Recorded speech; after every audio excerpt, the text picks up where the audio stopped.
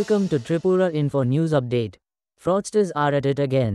Even today, scam gangs are actively targeting innocent people, especially students, with fake job offers and fraudulent schemes.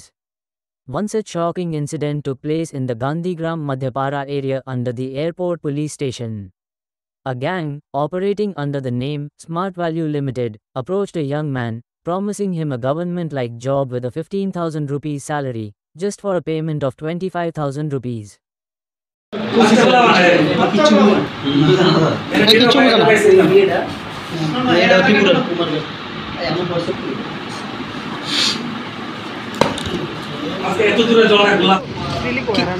কিভাবে আটক করতে পেরেছেন এবং কেন আপনাদের ব্যাপারটা হলো আমার ফোন নাম্বারে একটা কল এসেছে।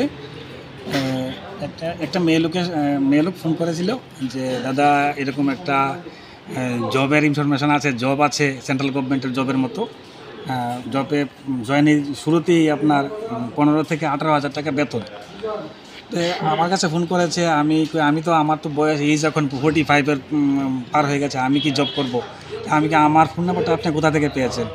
ওনারা বলেছে কি টিপিএসসি থেকে কোথা থেকে পেয়েছে। আমি একটু ডাউট হলো কি আমার ছেলে তো 12 ফাইনাল দিচ্ছে, ওর মার সঙ্গে যায় নাকি ওর থেকে নিয়ে কালেকশন করেছে। অনেকেই কাগজ দিয়েছে যে বিভিন্ন ইউনিভার্সিটিতে ভর্তির, বিভিন্ন কলেজে ভর্তির কাগজ নিয়েছে।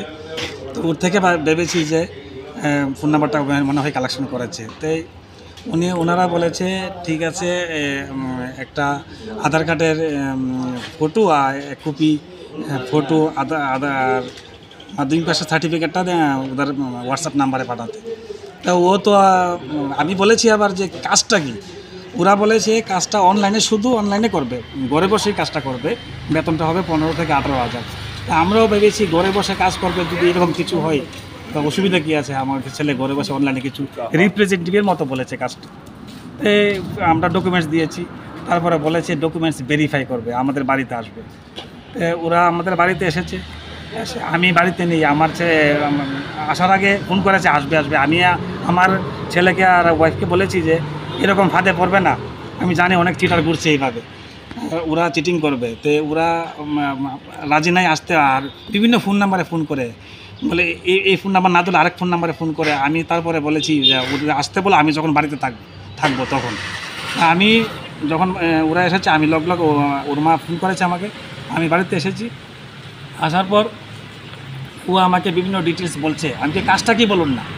ও আমাকে বিভিন্ন এইভাবে খাতায় লিখে প্রলোভন দেখাচ্ছে, এই কোর্স করতে হবে, কোর্সটা করতে 25,000 টাকা লাগবে। ওই লাস্ট পর্যন্ত ওই টাকাই এসে পড়লো।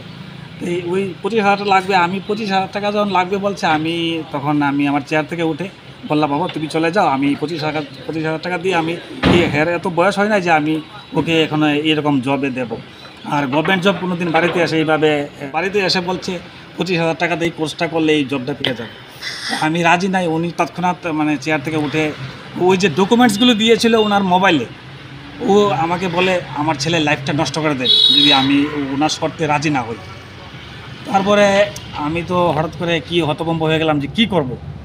তারপরে আমি পাশের বাড়ির লোকজন সবাইকে ডাকে এনে বললাম দেখেন এরকম করছে আমার সাথে, আমার ছেলের ভবিষ্যৎগুলো নষ্ট করে দেবে।